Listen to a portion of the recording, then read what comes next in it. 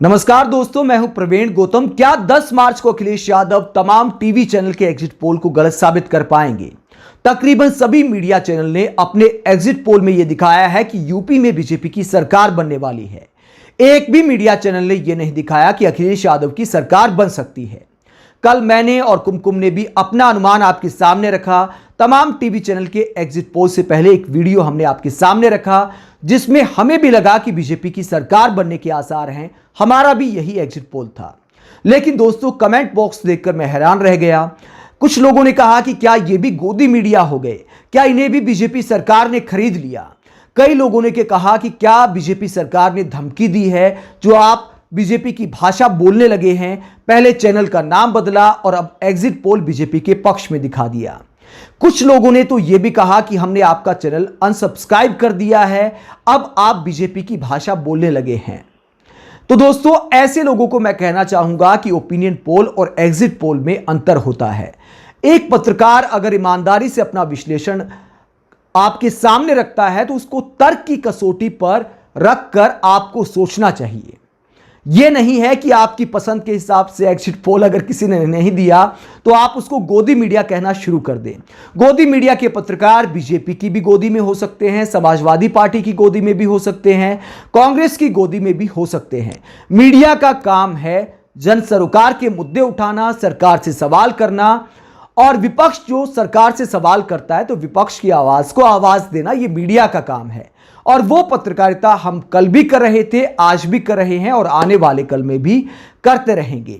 लेकिन यूपी चुनाव में चूंकि फील्ड पर हम गए थे तो हमें जो लगा वो आपके सामने रखा। किसी पार्टी की विचारधारा कुछ भी हो सकती है, कौन पार्टी कितनी दूध की धुली हुई है ये एक अलग मुद्दा है, लेकिन चुनाव किन मुद्दों पर लड़ा गया वो मायने रखता है एग्जिट पोल में।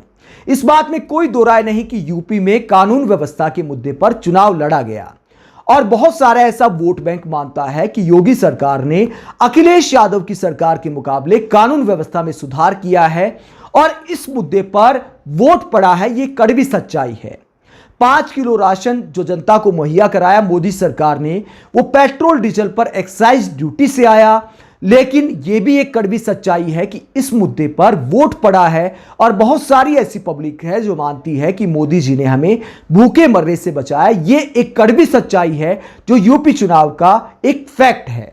इसके अलावा हिंदू मुस्लिम पॉलिटिक्स करना अच्छी बात नहीं है, लेकिन बीजेपी को हिंदू मुस्लिम पॉलिटिक्स का फायदा मिला है। यह भी यूपी चुनाव की एक सच्चाई है जिसको दरकिनार नहीं कर सकते, चाहे आपको पसंद आए या ना आए। तो एक पत्रकार के आधार पर, दर्शकों की पसंद के आधार पर विश्लेषण नहीं किया जाता। एग्जिट पोल में जिस आधार पर वोट पड़ा है, चाहे वो सही है या गलत है, वो ईमानदारी से हमने विश्लेषण किया। एजेंडा वाले पत्रकार दोस्तों दोनों तरफ है। कई ऐसे पत्रकार भी हैं, मैं जो देखता हूं कि यूट्यूब चैनल हैं कई सारे ऐसे जो रोजाना अखिलेश यादव की सरकार बनाकर दर्शकों को खुश कर देते हैं, जबकि अंदर ही अंदर उनको भी पता है कि यूपी में जमीनी सच्चाई क्या है। दोस्तों, हमारा जो विश्लेषण था वो हमने ईमानदारी से आपके सामने रखा।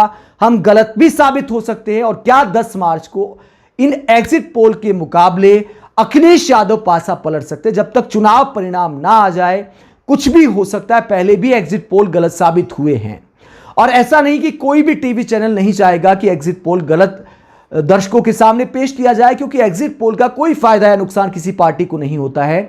अपनी नजर में सब कोशिश करते हैं कि ईमानदारी से काम किया जाए, लेकिन गलत साबित कोई भी हो सकता है, क्योंकि ऐसा कोई रडार नहीं लगा कि 5 बजे चुनाव खत्म हुए और 5:30 बजे आप एकदम से सटीक विश्लेषण दर्शकों के सामने रख दें।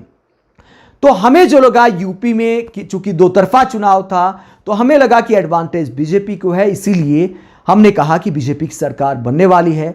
लेकिन एग्जिट पोल फिर मैं कहता हूं कि गलत साबित हो सकते हैं, अखिलेश यादव पासा पलट सकते हैं। इंतजार करते हैं 10 मार्च का। फाइनल तो 10 मार्च को ही है, लेकिन इतना आप यकीन रखिए कि सरकार से सवाल पूछती पत्रकारिता ही करते रहेंगे और जनता के मुद्दे ऐसे ही उठाते रहेंगे। नमस्कार।